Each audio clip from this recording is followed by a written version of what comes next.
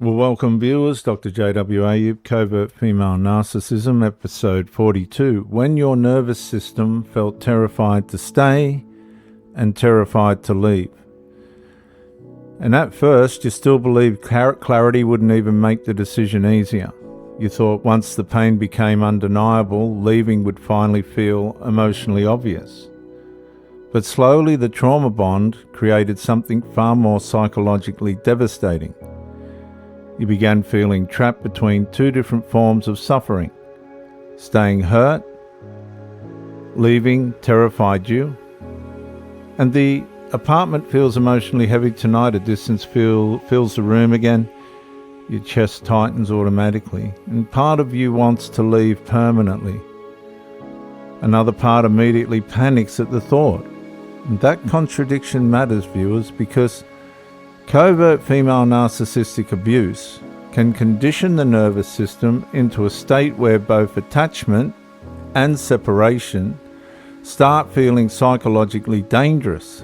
So, over time, the relationship becomes a prison with two locked doors. Staying destroys your emotional stability. Leaving threatens your emotional survival. Viewers, that's covert female narcissistic entrapment.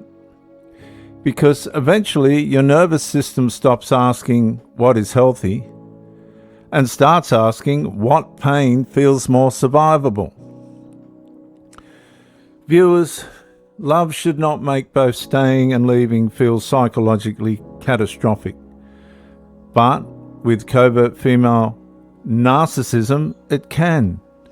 Especially after prolonged cycles of intermittent warmth, emotional starvation, admiration instability, seductive re-engagement, withdrawal, triangulation pressure, abandonment fear.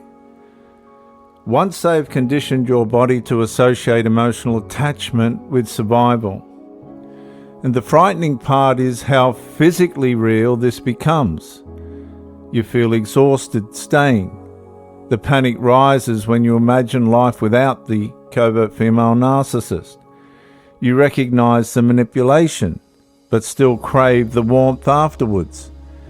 You can see the emotional erosion clearly happening to yourself and still feel emotionally pulled back toward the same atmosphere consuming you internally.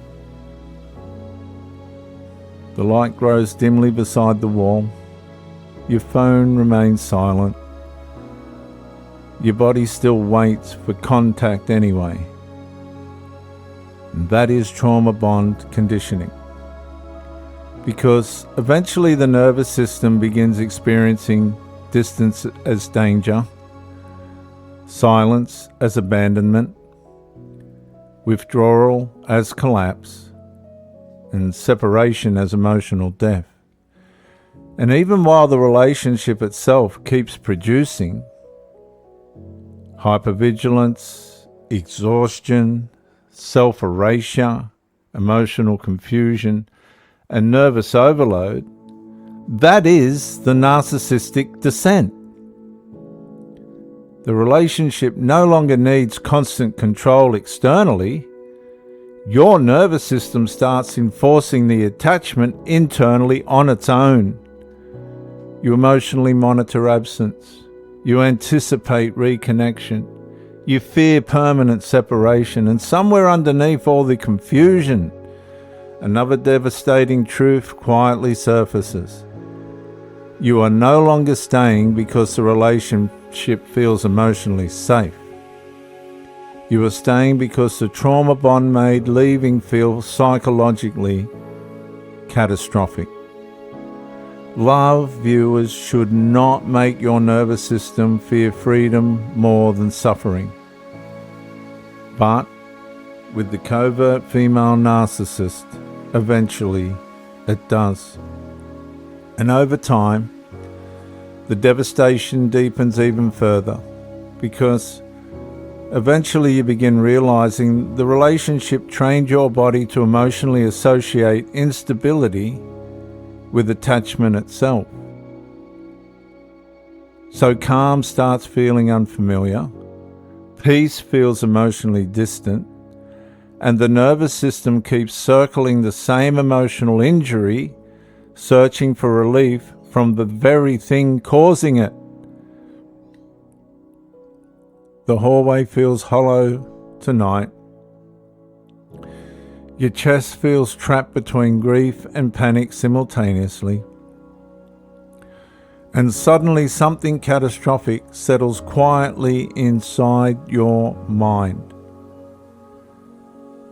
The relationship did not only condition you to endure emotional suffering, it conditioned you to feel life outside the suffering too.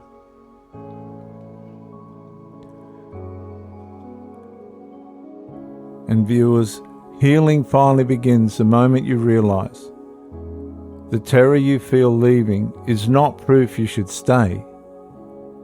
It is proof of how deeply the trauma bond trained your nervous system to confuse captivity with companionship. I'm Dr. J.W.A., youth theologist since 1994. Like, subscribe, comment to educate me, and share to help somebody else. Bye for now.